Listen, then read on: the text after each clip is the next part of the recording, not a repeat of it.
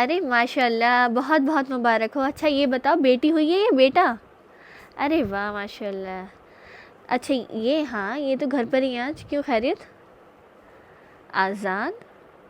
ہاں آ جائیں گے بالکل، میں بولتی ہوں ان سے۔ ٹھیک ہے ٹھیک ہے، میں بھیجتی ہوں انہیں۔ چلو خیال رکھو اپنا۔ سنیے گا، ادھر آئیے ذرا۔ جی بتائیے کیا ہوا؟ آپ کو پتہ ہے زارا کا بیٹا ہوا ہے آج ماشاء اللہ۔ ارے ماشاء اللہ، یہ تو بہت اچھی بات ہے۔ لیکن وہ آپ کو بلا رہی ہیں، پوچھ رہی تھی ارسلان ہے؟ میں نے بول دیا جی ہے، کہیں گی ان کو بھیج دیجیے گا، اذان دینی ہے۔ پر میری بات سمجھ میں نہیں آئی، آپ کون سی اذان دینے جائیں گے وہاں؟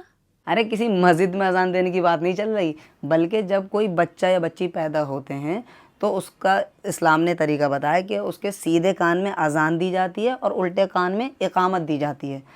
ابھی رافع رضی اللہ عنہ سے روایت موجود ہے، فرماتے ہیں رأیت رسول اللہ صلی اللہ علیہ وسلم اذن فی اذن الحسن ابن علی، کہ میں نے اللہ کے نبی کو دیکھا کہ آپ نے حسن رضی اللہ عنہ کے کان میں اذان دی۔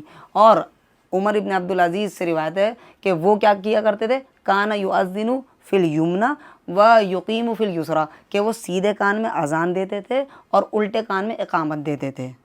اور اس کا طریقہ یہ ہے کہ جب بچہ پیدا ہو یا کوئی بچی پیدا ہو تو اس کو پاک صاف نہلانے کے بعد اس کو قبلہ رخ کریں اور اس کے سیدھے کان میں اذان پڑھیں اور الٹے کان میں اقامت پڑھیں۔ اذان کے الفاظ کیا ہیں؟ اللہ اکبر اللہ اکبر اللہ اکبر اللہ اکبر، اشہد ان لا الہ الا اللہ اشہد ان لا الہ الا اللہ اشہد ان محمد رسول اللہ اشہد ان محمد رسول اللہ۔ جب حی علی الصلاۃ پڑھیں تو دائیں جانب ایسے کریں گے چہرے کو، حی علی الصلاۃ حی علی الصلاۃ حی علی الفلاح حی علی الفلاح، حی علی الفلاح کہتے ہوئے بائیں جانب کریں گے۔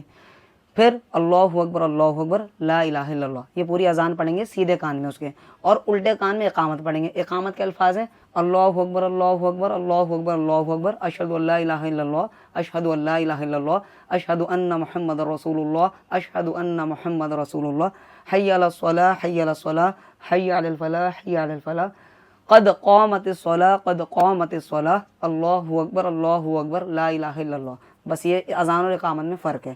اور اذان دینے کا مقصد یہ ہوتا ہے کہ حدیث میں آتا ہے کہ جب بچہ پیدا ہوتا ہے تو شیطان اسے پریشان کرتا ہے، ستاتا ہے، تو ہم اللہ کے الفاظ اس کے کانوں میں ڈالیں گے تاکہ شیطان بھاگ جائے۔